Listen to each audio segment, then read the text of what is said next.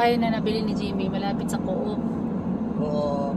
Co-op yung Bagong yung bagong Co-op dito sa sa may First Street. Oo, ang daan natin kanina.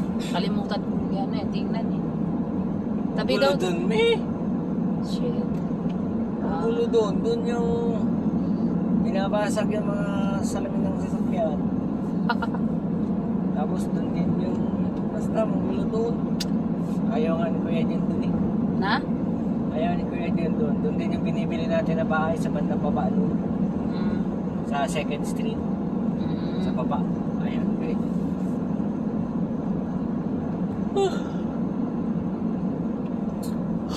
Balas Jimmy.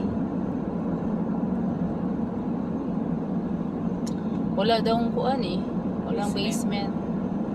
Baka yung bagong renovate doon. Yun. Bagong renovate. Yun nga yun, nirenovate. Bagong nirenovate.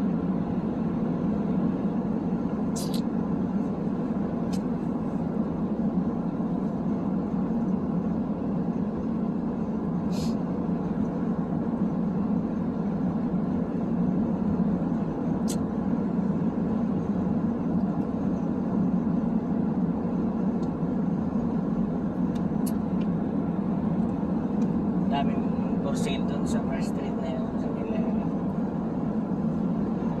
Mga lumang bahay yun. Renovate lang. 200 plus daw eh. 3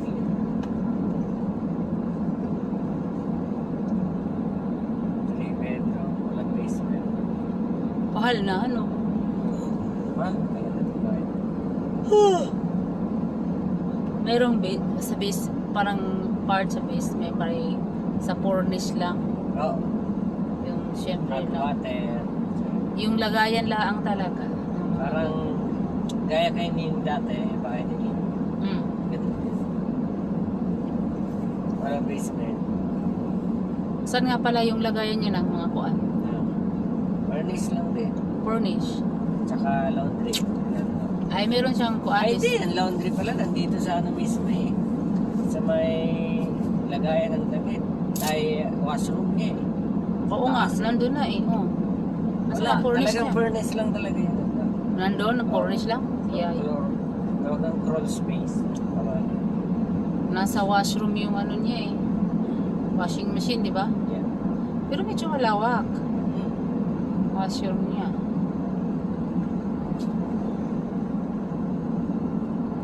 Still that.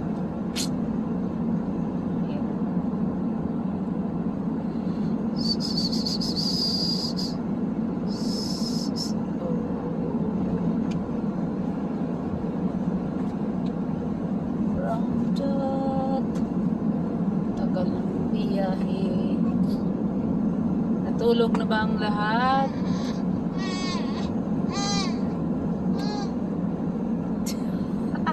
Nagkanganga si kuya.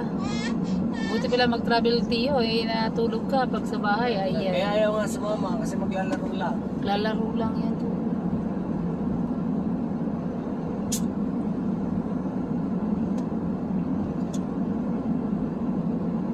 Daming mais natin. Makain natin mais ito. Ngayon na to na sasakyan eh.